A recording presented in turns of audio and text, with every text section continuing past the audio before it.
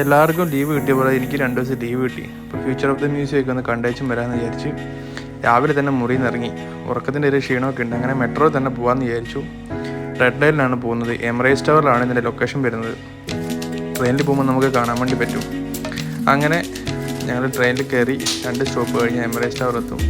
പോകുന്ന വഴിക്ക് എൻ്റെ കൂടെ ആദ്യം ജോലി ചെയ്ത എൻ്റെ ഒരു കൂട്ടുകാരനെ കണ്ടു. അപ്പോൾ അവൻ മ്യാൻമാറിൽ നിന്നാണ്. അവനോട് കുറച്ച് വർത്താനമൊക്കെ പറഞ്ഞു. പിന്നെ അവനവൻ്റെ ജോലിക്കും കാര്യങ്ങൾക്കും വേണ്ടി പോയി. അങ്ങനെ ഞങ്ങൾ future of the museum explore ചെയ്യാൻ വേണ്ടിയിട്ട് ഞങ്ങളതിൻ്റെ ഉൾട്ടെത്തി. അപ്പോൾ ഇതിൻ്റെ ഒരു കാര്യം എന്താണെന്ന് വെച്ചാൽ ഇതിൻ്റെ ഫസ്റ്റ് ഫ്ലോർ വരെ നമുക്ക് കയറുന്നതിന് ഫ്രീ ആണ്. പ്രത്യേകിച്ച് പൈസയും കൊടുക്കേണ്ട ആവശ്യമൊന്നുമില്ല. അപ്പോൾ 2022 ഫെബ്രുവരിയിലാണ് Dubai government future of the museum പബ്ലിക്കിന് വേണ്ടി തുറന്നു കൊടുത്ത്. നല്ലൊരു എക്സ്പീരിയൻസ് ആണ് അവിടെ പോയപ്പം.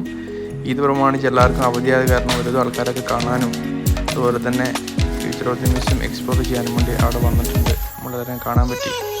അപ്പോഴാണ് പറഞ്ഞത് അതിൻ്റെ ബാക്ക് സൈഡിലൊരു പീകോക്ക് ഉള്ള ഒരു ചെറിയൊരു പാർക്ക് ഉണ്ടെന്ന്. അപ്പോൾ അവിടെ ചെന്നപ്പം തന്നെ നമുക്ക് പീകോക്കിനെ നല്ല രീതിയിൽ കാണാൻ വേണ്ടി പറ്റി. ചെന്നപ്പം തന്നെ മയിലെല്ലാം നല്ല പീലിയെല്ലാം വളർത്തി ആടുന്ന് കാണാൻ വേണ്ടി പറ്റി. അങ്ങനെ കുറേ നേരം ഞങ്ങളത് വന്ന് നോക്കിയിരുന്നു. കുറേ നേരം വീഡിയോ ഒക്കെ ഷൂട്ട് ചെയ്തു. നല്ലൊരു ഭാഗ്യം തന്നെയാണ് കിട്ടിയത്. നാട്ടിലാണെങ്കിൽ പോലും കാണാൻ പറ്റിയിട്ടില്ല. ഇവിടെ നിന്നും കാണാൻ വേണ്ടി പറ്റി.